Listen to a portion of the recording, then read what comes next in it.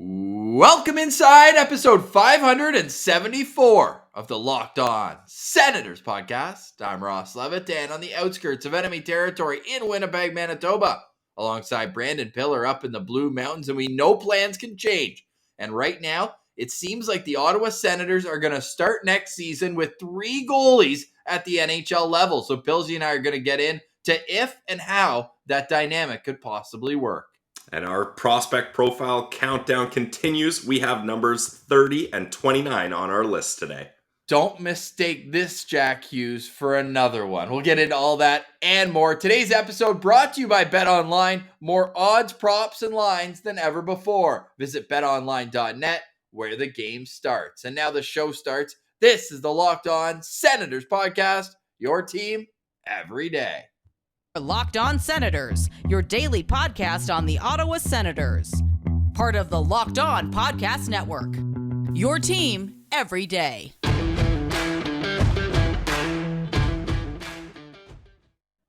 Thank you for making Locked On Senators your first listen on this Monday, June 6th. We are free and available on all platforms, including on YouTube, where the best way you can help us grow is like the video by clicking the thumbs up button below, subscribing to the Locked On Senators YouTube channel, and leaving a comment as well. Today's comment that we'd like to know is after the scouting combine. You always hear the funny questions that the teams ask different players. If you were putting a kid on the spot, what kind of question would you want to know about him? Pillsy, I asked you on Friday. You had a couple of good answers for me, but always hilarious. The one that stood out, Callie O'Dalius, I think it was, said that the Habs asked him if he would take $10 off a toilet seat or reach into the toilet and get a $50 bill. Weird. That's weird. There's a lot of questions you need to ask. Like, are we talking fresh bowl here or? Well, I mean, their logo is basically a toilet seat. So, how deep are you willing to go into a toilet bowl for the Habs? Yes, exactly. Well, I mean, just look at the standings. They had the spins, if you will, as they went all the way down. First team to finish 32nd. All right, that's neither here nor there. I do want to get into the Sens goaltending situation right off the bat with you, because how can you have 3 tendies? There's only 2 nets at practice, Pillsy. Last time I saw the dimensions of a hockey rink. How do you think it would even work? It wouldn't work. I mean, just to put it bluntly, that's the answer. And every time we talk about this, Ross, I think... Thanks for listening, everyone. Yeah, Great show. We're done. Wrap it up. But every time we talk about this, I think about the same thing. It's that Arrested Development meme where they're talking about it never works for anyone, and everyone thinks it will work for them, and it doesn't. But maybe, just maybe, it'll work for us. And that, like, whenever in the history of hockey has a team using 3 goalies worked out, like, it just makes everyone upset. Like, none of them are happy. Like, honestly, I think Filip Gustavsson would rather go to Belleville and get starting time rather than be the 3rd goalie, having his fate determine on how Matt Murray feels at 4 p.m. for a 7 o'clock start. Right, but that's the easy play, or would have been this past year. They can't do that because now he needs to go through waivers. So he just gets claimed off if that's the case. So they're in a bit of a pickle from that standpoint, because Matt Murray hasn't been able to stay healthy for a long enough stretch that he can be a starting goalie at the NHL level. Or even a backup, honestly. Pierre Dorion's in a bit of a tough spot unless he's going to grab his pads from his playing days, keep him in the office, maybe be an e-bug. That would be all time for ratings, by the way. A GM getting into a game as an e-bug. Unbelievable. I'm just picturing it now. Or we've already talked about this. Gord Wilson doing the color commentary in goal. We see that in the All-Star game. No doubt. But we joke because you can't have 3 NHL goalies. And Ross, what I think, now that I've kind of had some time to think about this, and that Pierre Dorion has said multiple times that that's what they're doing, I don't think for a second he actually plans on doing that. No, for real though. I think this is a negotiating tactic. He says we don't negotiate through the media. I think that's exactly what he's doing. I think he's trying to... He doesn't want it to seem like the value of Matt Murray or the value of Filip Gustavsson is down to other teams, because I think he's looking at trade. He has to trade one of them. Or buy out Matt Murray. I think it's probably more likely than trade. But He's making $7 million in real cash the next 2 But Ross, years. we've talked about the buyout situation. Colin White, you got to do that. I'm can not have sure two. how many. Yeah. So, and then you're looking at Nikita Zaitsev. Possibly that's going to be an option too. So I just think that what he's doing is he doesn't want to show his hand to let other teams know he's desperate to move one of those guys, because I've been thinking about it more, and I really think Filip Gustavsson could be used as a part of a trade, because they reference the trade. Was it Sam Reinhart or Yes, it was Sam Reinhart, where Devin Levy went exactly the other way. Attached with a good First. pick going the other way to acquire good talent. And I think that's what the Sens could do, because look, this was Filip Gustafsson's year to show that he is the guy the Sens think he is. And I would argue he didn't show them that. And I think they would want to move him now, while other teams still think there's light at the end of the tunnel and that he hasn't quite reached his potential. And I think his value is still good now. And our good friend Mad Sogard, he's looking like he could be the guy of the future, and he has a lot more runway than Filip Gustafsson. So I really think that could be the play, because to move Matt Murray, you're going to have to sweeten it. To buy it out, it's not going to look pretty. And you're at a point where Gustafsson, you can't send him down through waivers now, like we talked about. He's on a one-way. So I really think that's Pierre Dorion just trying not to lose leverage in this situation. In 16 starts this past season, Filip Gustavsson had 5 wins. He had the same number of starts with a save percentage below .850. Yeah. Not a good year. And he'd probably tell you the same. And Ross, even if we're talking not about the NHL, okay, they brought him down to the AHL at the crucial moments at the end of the season and in playoffs, and he didn't exactly do amazing down there either. When they gave him the net, it was his net. He had the starting time. He was the guy playing in the playoff games, and it didn't work out. Yeah, unfortunate, right? They picked him to be their one goalie that they protected in the Seattle expansion draft. It was a tough season, no doubt, for Filip Gustavsson. I'm curious, too, what happens in goal, because if that's the case, do you go out and get another two-way guy then, who you don't care as much if you put him on waivers? By the way, tomorrow is Filip Gustafsson's 24th birthday. So you're looking at a guy who, like, at some point, you're not a prospect anymore. Exactly. You're 24. You're in the prime of what is going to be your playing day, like 24 to 34, I'd say, for goalies. You got a few extra years on the back end. We've seen that time and time again, that goalies can stay in. But 24, like, at this point, let's go. This guy's played 5 seasons with Belleville, Pilsy. 5. He's been on the team almost every year of their existence. And as I bring up almost every time, he was never put in a position to succeed. Like, look at his game logs for Belleville, right? Like, hardly ever playing a full starter's role, amount of games played. He's been the victim of Matt Murray getting injured, and then he just goes up and he's just sitting on the bench for a while. Like, He's had his own struggles. He's had other goalies kind of push him out of his job, and he's had to battle with. So I never really think they gave him the proper chance, but that's what happens. Like, you can't. They've done what they could this season, and it didn't work out. So I think it's mutually beneficial for both the Sens and Gustafsson to move on, and I think now's the time to make that move. An .871 save percentage in those 2 playoff games. And not that the goals were all directly his fault, but at some point you need your goalie to be your best player. And this year it wasn't that for Philly franchise, unfortunately, because you want to see him succeed. Like, he looked good in spurts, but too many 800s. Like, look at up and down. Like, he had that great 9-game sample last year that ultimately pushed the Senators in the direction of protecting him over Joey Daccord. And it just... it didn't work out the way anyone would have liked this season, and I'm intrigued by the possibility of having him in a trade package this offseason. But if that's the case, you can't run with just Sogard as the guy who comes up and down, because we don't want him to be in the same place that Gus was in. So you go out there, maybe not a Michael McNiven, but you go out there and you get a two-way guy who you're comfortable playing NHL games. Like, for example, and I know the Habs had more goaltending problems than just one guy, but like a Sam Montembeault, like, he's not a good NHL goalie, but he can play NHL games. But you're mostly hoping that he's down and in a veteran role in the minors where Mads can still control the net. And hell, we want to get Mando some games at the AHL level this year too.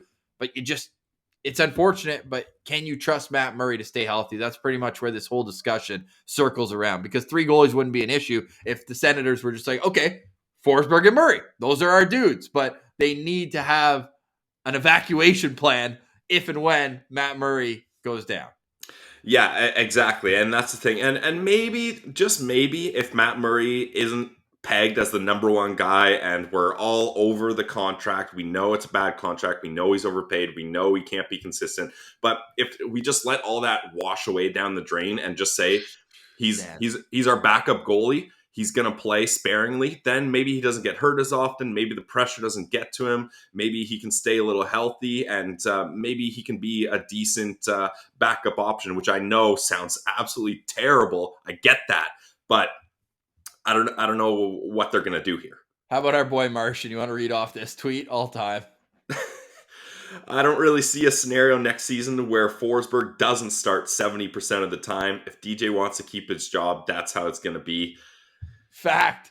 I mean, fair, but also, holy crap, when you picked Forsberg up off waivers, you weren't penciling him in to play 70% of your games in upcoming seasons. Like, it's just crazy. But you also weren't expecting him to get a first place vote for the Bill Masterton Award, which, again, Stick Taps, Carey Price with the victory, well earned, battling his way back from knee injuries, from going into the NHLPA substance abuse program. He is by far the worthy winner of the Bill Masterton. But Anton Forsberg getting one first place vote, and we got to get a shout out here for Corey Lavalette. He works in Carolina, a place where Anton Forsberg used to ply his trade, and we are working to get Corey on the show. We'd like to hear his rationale behind being the one man out of, I believe, 157 ballots to pick Anton Forsberg for number one for the Bill Masterton. So stay tuned for that coming up later this week on Locked On Senators. Also coming up this week, we've got our draft rankings. This is the best time. We've got the first round level talent coming to you. We're doing 2 per day. And if you missed any, we've got a full playlist on YouTube where you can click any player that drives your interest. It'll be just that part of the segment from each and every show of Locked On Senators. We want to thank everyone for choosing to let us be a part of your day. The fact that the numbers are staying consistent, if not growing, when we're now over a month since the last Sens game, it's truly unbelievable, and it shows the passion of Senators fans. And I'm not breaking any news here, but I will say good news is coming for the Ottawa Senators. And I'll leave it at that for now. Pillsy, you got a word from one of our sponsors, and let's get into our draft rankings. Absolutely, Ross. And hey, this is something I start every single one of my days off with. It's the best morning routine, and it's all thanks to Athletic Greens. Easy, guys. Just one scoop of AG1 in your water in the morning before you have breakfast, before your coffee. Get those vitamins in you, and it is the ultimate health start to your day. There's 75 high-quality vitamins, minerals, whole food source, superfoods, probiotics, and more, so you can start your day off right. I start my day off with it because that's better than taking pills, having vitamin gummies, and it's just one easy scoop. It's lifestyle friendly. Whether you're keto, paleo, vegan, dairy-free, or gluten-free, it's good for you. It contains less than 1 gram of sugar and still tastes good. No GMOs, no nasty chemicals, or artificial anything. That's what you like to hear. And it costs you less than $3 a day. So when you're investing in your health, it's cheaper than your cold brew habit and much better for you. So you're investing in an all-in-one nutritional insurance. Right now, it's time to reclaim your health and arm your immune system with convenient daily nutrition. It's just one scoop in your cup of water every day. That's it. It's nice and easy. And to make it even easier, guys, Athletic Greens is going to give you a free 1-year supply of immune-supporting vitamin D and 5 free travel packs with your first purchase. All you have to do is visit athleticgreens.com/NHL Network. Again, that's athleticgreens.com/NHL Network to take ownership over your health and pick up the ultimate daily nutritional insurance from Athletic Greens. You are listening to Locked On Senators. I'm Ross Levitan. You can find me on Twitter at Ross Levitan, and Brandon Piller is at Brandon Piller 1. And that's because I think he's won one parlay in the last 2 weeks. We'll get into that at the end of the show. But Pillsy, we got to get back here because we are into the first round on our draft rankings. We've been counting down from 64. We've done 2. We will do 2 full rounds. We've done 1 already. We've got another one coming up. The scouting combine was last weekend, so we're going to incorporate the rankings from different agility drills, the VO2 max. We might mention them in passing. We're not going to just read off the leaderboard of how 17-year-olds, how many pull-ups they can do. Don't really care. But if it comes into the scouting view of these players, then we'll get into that. And I think Sens fans will be pretty excited at one of the comparables that this next player has. Coming in at number 30 on the Locked On Senators draft rankings from the U.S. National Team Development Program, defenseman Ryan Chesley. I have a lot of good things to say about Ryan Chesley, Ross, and we've already made profiles about some of his D partners. Seamus Casey was one of them in the top 4 at the Lane US. Hudson. Yeah, Lane Hudson at the USNTDP. And now we're on to Ryan Chesley. So he's very similar to Ty Nelson, like not a tall guy, but a thick guy. And if you're watching on YouTube, right shot defenseman, 6 feet, so average, but 201 pounds. He is an absolute unit. And with the USA U18 program, he had 59 games played, 12 goals, 17 assists, good for 29 points, and he is committed to the University of Minnesota. Wait until you hear what Mitch Brown compared him to. But first, let's get to our draft rankings where Bob McKenzie has him at 18th on his list. Next up is Chris Peters at 34, Elite Prospects at 35, Scott Wheeler at 40, and Craig Button at 64. All that averages out to 36.66 Pilsy. Elite Prospects has him at 35, but Mitch Brown says he is Jake Sanderson-esque in terms of it's his defensive play that is his calling card, and his skating and high hockey IQ allows everything else to flow in his game. Now, unlike Jake Sanderson, Ryan Chesley is a right shot defenseman, so you can value that as you will. Of course, when we're talking in this range in the draft, it's not the exact same where Jake Sanderson's a top 5 pick. Everyone had him in the top, I'll say 20. Thanks, Wheeler. Everyone else had him in the top 10. No, we're just playing with Scott. But the U.S. program has developed a lot of great defensemen. The ones that you mentioned, though, this year, like especially Lane Hudson, like you're looking at more offensive-minded guys. That's not Chesley's game. Chesley's game is controlling the pace of play with his strong defensive awareness. Yeah, and that's why he was such a good complement to those guys like Casey and Hudson, because while they were off doing their thing, working with the puck, he was taking care of things on the back end like a good defenseman should. And he's able to, like, just everything he does defensively works so well. He's a good skating two-way defenseman. He's not the tallest guy, but he's strong, like you mentioned, 200 pounds, and he uses that strength to throw big hits. He wins board battles. He clears the front of the net, and he has no issues blocking shots either. Like, this guy is a coach's dream, if you ask me, and I feel like he's the perfect yin to the yang of an offensive, more puck-moving, puck-carrying defenseman. On the left side, the Ottawa Senators are full of that. You've got Tom Chabot, Jake Sanderson, like you mentioned, more of a two-way guy rather than full offense, but he's a guy that likes to have the puck on his stick and can make a good first pass and is excellent in transition. And then Eric Branstrom on the bottom pair. So no matter where he's slated on the right side of the Sens, he's the perfect complement there. And I feel like it would make a lot of sense for the Sens to target this guy, not only because he's a strong right shot defenseman, but also they love drafting out of this program. Yeah, they certainly do. Now, the naysayers will point at his lack of offensive production this year, 29 points in 59 games, which I mean isn't brutal when you're a top 4 guy. Look at the goals. I know, but I'm just going off what these people are saying, not you saying. Yeah, people are saying this. I'm not saying this. I think that the way that he was controlling the breakout on the clips that I watch, I was like, man, this guy's got puck skills. It's not like he's someone who, when the puck's on his stick, he turns into number 22 on the Senators. Like he can shake, shimmy, and get out of the zone and scan well. He chooses whatever the best option is.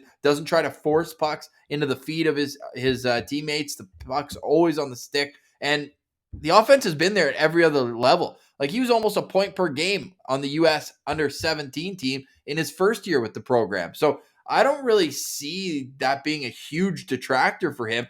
And if he's anything like Jake Sanderson, we know that wherever he needs to work on most as a weakness will then become a strength of his game. So I'm just believing in Ryan Chesley that he's the type of guy that as he gets to the next level and Minnesota is going to be his home, so he'll be an NCHC guy going up against Nodak in that really tough conference. That's going to help develop both sides of his game, I think, especially when you're looking at Minnesota's team. I believe that they're going to be a more young team. They won those back-to-back championships in 2019 and 2020. Or sorry, 2018, 2019. There was none in 2020. Yeah. And then they graduated a bunch of their defensemen. Like in Winnipeg, we had Dylan Sandberg from that team. But now they're bringing in this next wave of players for the University of Minnesota. And I think he's going to have a big chance to not only be a defensive-minded guy. We know their head coach, Scott Sandelin, was a very defensive defenseman in his playing days. So I think that being under his tutelage is going to be extremely solid for his development. And if he can get even a little bit better offensively, I wouldn't be surprised if this guy ends up being a top 20 pick, let alone first rounder. Yeah, agreed. And he has a great shot. Like we talked about the goals that he gets. Like he's able to get those goals. He has that strength to have a clapper from the point. And I think it's important to put into context when you're talking about Chesley's offense. You just talked about it. Lane Hudson and Seamus Casey, they're getting all the power play time. So he's like, he mixed in a couple power play time, it seemed, but not the majority of it. He was more used penalty killing. He was used on both sides of special teams. But I think when he goes to Minnesota, he's probably going to get an opportunity at least to be an anchor on the second power play unit there at the very least. So I think we're going to see a little bit more there. And his numbers are down because he's probably been told to focus more on the defensive side of the game since they had those offensive guys that were able to take care of that. So I really don't think that he's someone that you need to look at the points and be worried. And I find, Ross, maybe we're a victim of this too, or guilty of this too, but when you're looking at prospects and the points aren't there, it's just an immediate kind of damper on them. And you're like, well, he doesn't get a lot of points. Why would the team pick him high? Well, it's not all about points, especially when you're not when you're a defenseman. So I'm not buying too much into that. And I think he's so good defensively, Ross, that it's going to allow his line mates to flourish offensively. Like him 100%. Being so good at shutting down other teams' attacks, him being so good at separating the man from the puck, winning those loose puck battles in the boards and the corner of the boards is just going to help his team offensively more. So I don't buy in at all that the offense is a problem with Chesley. So even as we're pulling up his Elite Prospects page, if you're watching on YouTube, 5 points in his last 10 games, plus 17. Like that to me is the type of defenseman you're going to get from him. He was plus 66 combined in the USHL and U18. Like, so if you're worried about offense, that I'm glad like you brought that up at the perfect time. Great co-hosting, Ross, because that just shows my point exactly. Sure, he's not the one putting the points up and getting the goals and assists, but when he's on the ice, teams aren't scoring against him, and his team is scoring. It's perfect.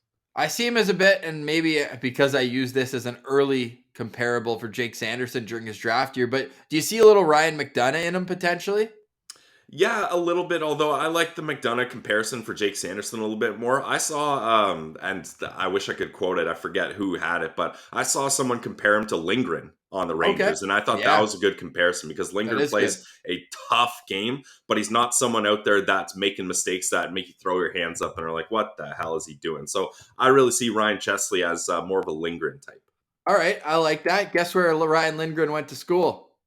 Minnesota? University of Minnesota, there buddy. Oh, wow. Yes. Ryan Chesley is born on February 27th, 2004 from Minnesota, as we mentioned. Went to the prestigious Shattuck's St. Mary's Prep School and then spent the last 2 years with the U.S. program. Wore a letter at the under 18s where he had 5 points in 6 games, so showing a bit of offensive flair. And a plus 13. I was going to say, so plus 79 combined on the season. Like that is absolutely insane. Yeah, not bad at all for Ryan Chesley. He, for me, is a 4.5-star guy. I absolutely adore the style of play. And maybe as a Senators show, watching a defensive defenseman, or so was told during the draft process in Jake Sanderson, develop all the other parts of his game. Maybe I've got a little bit of a tunnel vision for that, but I just think that this is a no-risk player.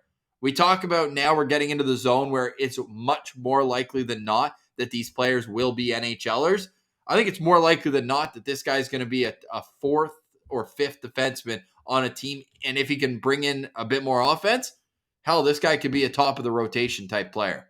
Yeah, Ross, I am right there with you. I got him at 4.5 stars as well because this is a guy I could see the Sens targeting for a long time. And similar to Tyler Klevin, this is a guy I could see them trade up to get. If he's right there and they think Whoa. someone's looking at him, I could see them making that kind of move because he fits the bill for the Sens just so perfectly. Like I said, right side, strong side for the Sens, and Chesley is exactly that. And I just think that if you can draft a good, solid right shot defenseman in the draft, that's the way to do it because you can't get those guys any other way. That is how you get a right shot, solid defenseman. So I'm all for it for Ryan Chesley. 4.5 stars. Let's go. All right, before we get back to our draft rankings, a quick word from our friends at BetOnline. BetOnline.net has you covered with more props, odds, and lines than ever before. Everything is in full steam when you're looking at the NBA Finals, you're looking at NHL Playoffs, football season's even just around the corner. So you want to be all prepped and ready to go when that time comes.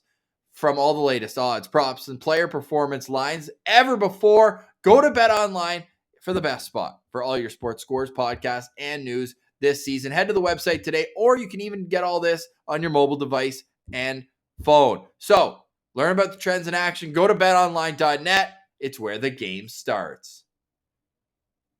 All right, Pillsy, back to the countdown we go. Okay, this one I'm a little torn on. I will admit, I am a little torn on this next player.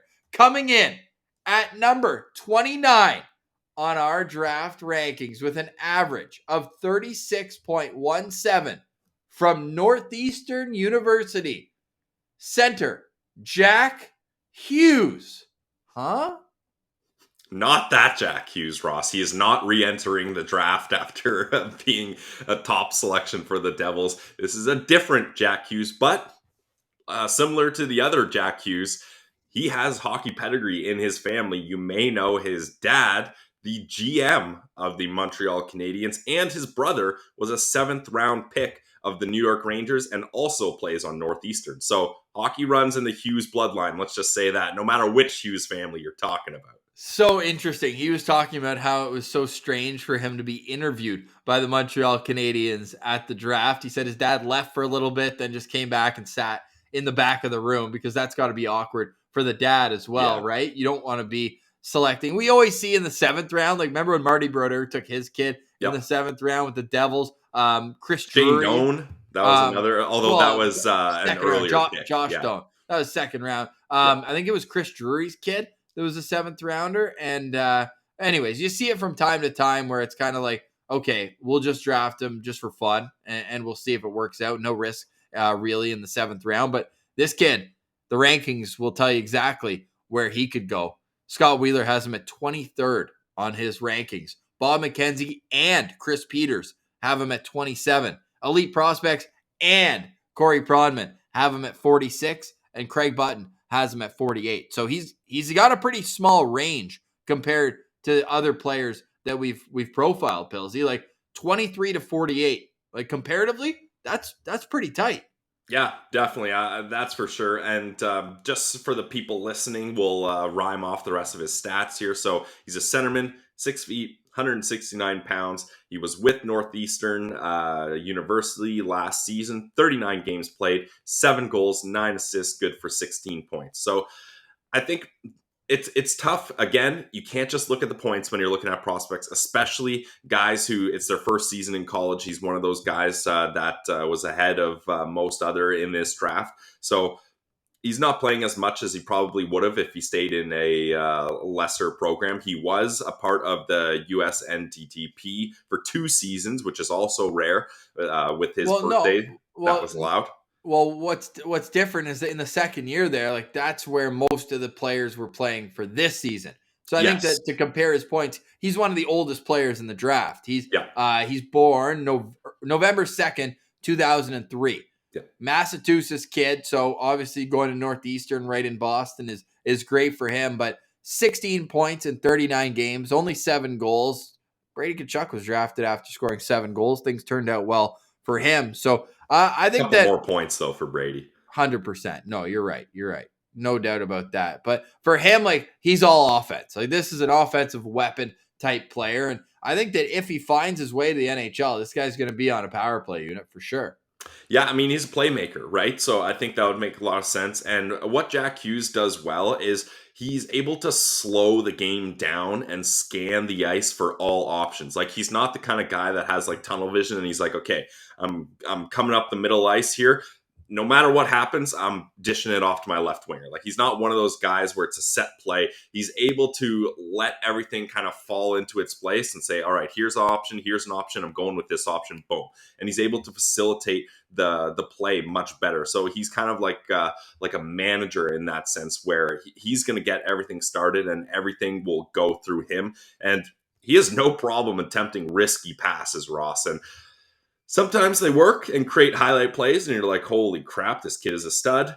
And other times they don't work, and it creates a turnover, an odd man rush the other way, and you have the tight camera panning to him after a goal with his head in his hands, and he's just like, oh, crap. So Yeah. take your pick on if you want to risk that. Personally, that's awesome in college. A lot of fun. You're going to be able to do that.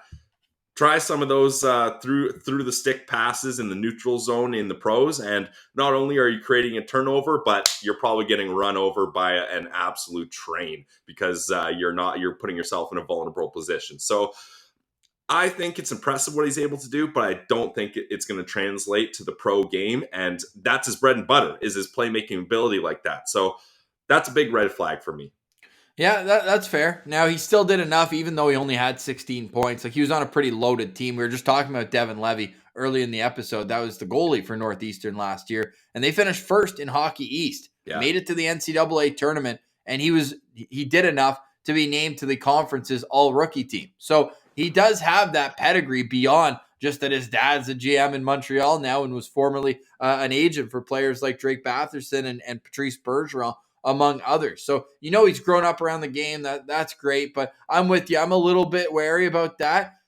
He's not like a star power type kid. Like, I think that you could probably say the same about Chesley, but these are more like complementary players. But just like Chesley, Jack Hughes is a player that makes his line mates better where he can facilitate the puck. Now, what your worry comes in is, can he facilitate the same way that he does in college and in junior at the pro level? Exactly. Okay, interesting. So if he has to work on one thing in particular, it's certainly not celebrating. Every photo of this kid, Yeah. He is in the zone when he gets a goal. He is feeling it. Looks like a WWE promo, the way he's screaming and yelling and selling. But what would be one area of his game that he really needs to improve on outside of simplifying? Yeah, I mean, that's kind of all I've got, Ross, because he's a safe pick. I think he's one of those high floor type guys. Like, if you draft him, you feel pretty good that he's going to make his way at least to a pro level at some sort of roster spot. But the thing is, like, when I'm talking about him scanning the ice, instead of going for that risky pass, maybe sometimes take that easy pass of just a winger coming up with speed and just dish the puck off it to him and let him carry the puck in. Or maybe don't do a no-look drop pass or something like that. So I know you said outside of simplifying, but for me, I think that's probably it. Maybe work on a shot a little so that teams don't just kind of realize he's obviously looking for a pass, and then they can cover his line mates a little tighter. So if he gets a shot, it can create a little more space for him. But other than that, I think he's a pretty safe pick. It's kind of funny. We've got a little bit of not controversy, but a little bit of back and forth where who was it? Yeah, Corey Prodman said he lacks ideal speed for the NHL, and the pace of higher levels will be a big test for him. And then Scott Wheeler says he skates well, and then in brackets, this quality is underrated by some, I'd argue. So the Athletic going a little back and forth when it comes to Jack Hughes' skating ability, but I think that you're certainly however, I could see him topping out as like a top line AHL guy where it's like he's putting up a ton of points in the AHL, but like that extra level of pace is what keeps him back from being like a middle six option at the NHL level.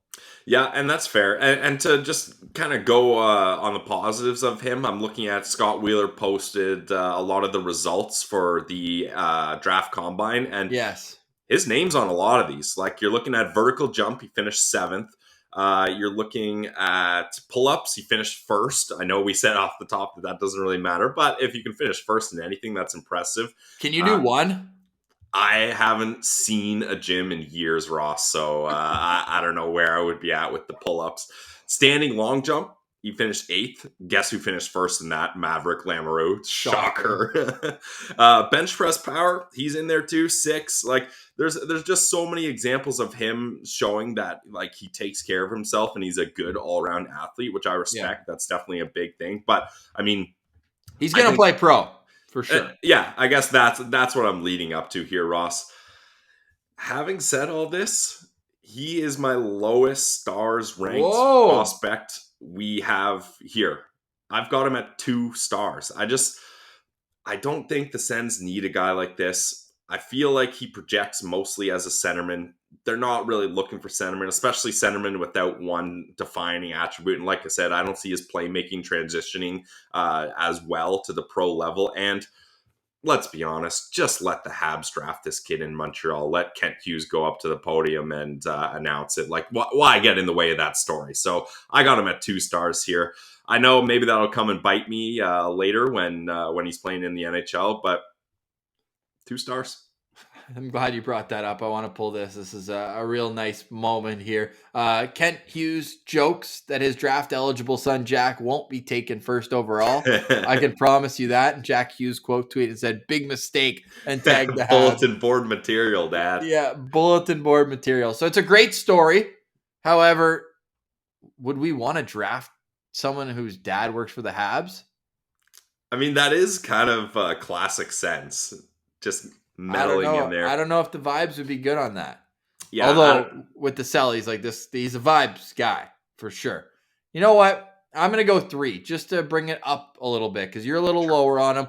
I could talk myself into that. I think there's tools that you look at. You're like, okay, damn. Like he can really kind of work a third line here and add a 3rd layer of offense. But at the same time, I could see the skating and pace being just enough of an issue that he tops out as a top line AHL guy. So we'll see. The jury's still out. I think this is a guy who's been rising up the ranks slow and steady. Some outlets in the middle of the season had him as a 3rd round guy, but now we've seen that range shrink to the 2nd, and all his off-ice habits have to be a part of that. And I guess it goes without saying when you mention he finishes so high in so many categories at the scouting combine, but his compete level's off the chart. So he's a hardworking kid, and I think that his hockey IQ will lead him in the right direction. So I'm going to go 3 stars for Jack Hughes here, the son of Canadiens general manager Kent. All right, Pillsy. So we'll get back to the countdown tomorrow. We've got a couple more fun ones. I'm just going to pull up a little teaser here. Oh, yeah. We've even got a local product, the Gatineau Olympique, and that'll be kind of the tease that we'll leave you on today. Quick word on the Stanley Cup playoffs. We've got the Edmonton Oilers facing elimination tonight. You think they keep that one going? Well, Ross, that is a perfect lead into my playoff parlay of the day. And got to add another L in the column here before I pull up the lower third. I mean, it is just L after L after L here. It's been tough. I started hot and I'm ice cold now. So we are yet again, Ross, at a point where I am going all in on my parlay. You're 2-0 on the all in, though. I am 2-0 on the all in. So say what you want, but I'm a survivor. Look out. And you can survive too. Hopefully you're not having to go all in here. But only one game on the docket tonight. The Edmonton Oilers are in Edmonton. They're facing a sweep. This was supposed to be their year. They're the only Canadian team left. So I just find it hard to believe that Colorado is going to get this win. Now, it's interesting because basically it's a trade-off. Kadri hurt on that Kane play, so he's not going to play. But Kane also gets a 1-game suspension. So no Kadri, no Kane. Both teams are down a little there. I'm sticking with Edmonton, though. I'm taking Edmonton Oilers money line at plus 117. I think they give it everything they got, and then the Avalanche just sweep them after gentlemen's sweep. So taking their money line, and then if the Edmonton Oilers are going to win, it's going to be a run and gun style game. You can probably pencil in 1 or 2 bad Mike Smith goals that McDavid's going to have to make up for. So that'll happen. So I'm taking the over, of course. Over is set at 6.5 at minus 135. So Edmonton Oilers money line. The over at 6.5, Put $6.83 in randomly. That's a nice amount to bet on a parlay. And you're going to win $18.97. That is Pillsy's playoff parlay of the day. I'm rooting for you, buddy. I really am. Now, you think Tampa's on the road to come back? They get their first win in that series. Home team has won all but Game 3 of the Western Final. How are you handicapping the rest of that series? I got Tampa winning this. I know it's so unfortunate they don't have Braden Point, arguably their top player, which is crazy to say on Tampa. There's a million top players, but the pedigree is just there. I think they're going to make it. I still have them beating the Rangers in the series. Sorry, Ross. I know. I want my Rangers to win so badly. I've got a couple of real nice futures on that. But, hey, it's been a fantastic series. Like, back and really forth. has. Like, that third period comeback for Tampa last game, getting the goal in the final minute. Like, we got our goalie showdown in that one. So It takes 51 shots to beat Shesterkin in a game. Like, he was on top of his on the top of his throne, but the big cat down at the other end made some unreal saves. So it just like everyone predicted before the series, if you like goaltending, that's a series for you. And if you like offense, well, we saw it in Game 1, a little less so. I mean, we had a shutout for Pavel Francouz in Game 2 for the Avalanche, but this has just been a fantastic playoff season so far. But honestly, even these series, and I'm not ready for one to end, so I'm going to be riding with your parlay tonight. Nice. And I'm not going all in like you did, but I'm certainly going to have some fun with that as well. Hope you had some fun learning about our draft prospects today, and let us know in the comments as well. What the heck should Pierre Dorion do with the Sens goaltending situation right now? Murray, Forsberg, Gustavsson, all on one-way contracts, need for waivers. Something's got to give, and we'll be here every step of the way with you throughout the offseason. For today, though, we say goodbye. For Brandon Piller, I'm Ross Levitan. This has been the Locked On Senators podcast, your team every day.